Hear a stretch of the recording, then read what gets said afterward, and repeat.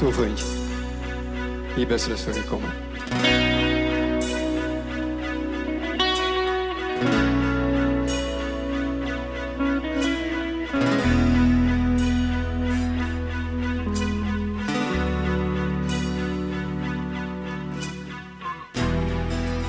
Het was zomer, het smult in de asfalt. Remde auto's en vrachtwagens aan.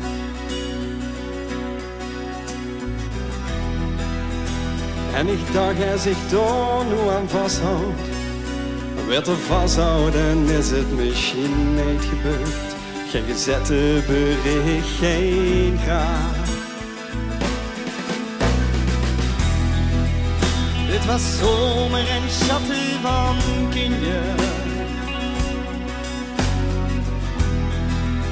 Die oude dansen op de stroom op de zee.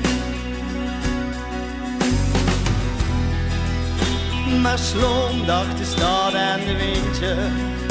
En neem eens wees of er moest buiken of zwiegen of bang zijn of koud om de piek. Oh, het is de shout van de hemel, de shout van de ik red het niet meer, oh trek het niet meer. Oh, het is de shout van de hemel, zoveelste keer. Blijf het niet meer.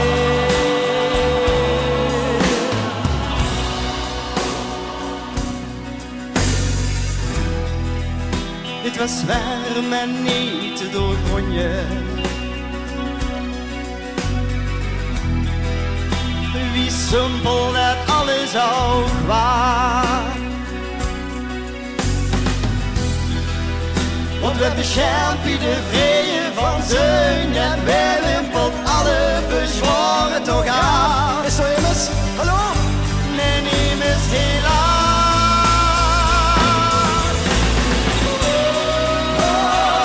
Het is de shout van de hemel, de shout van de ik red het niet meer, oh trek het niet meer. Het is de shout van de hemel, de zomerse keer. Ik blijf het niet meer. Net zo zwart wie het zwart van de toetsen van piano's. Zo zwart van het volk, zo het oog in de kerk. En die helsten met neonsymbolen al vulloos. Het bleef kleurloos en lag ons niet goed wie het kon, waarom het zo werd.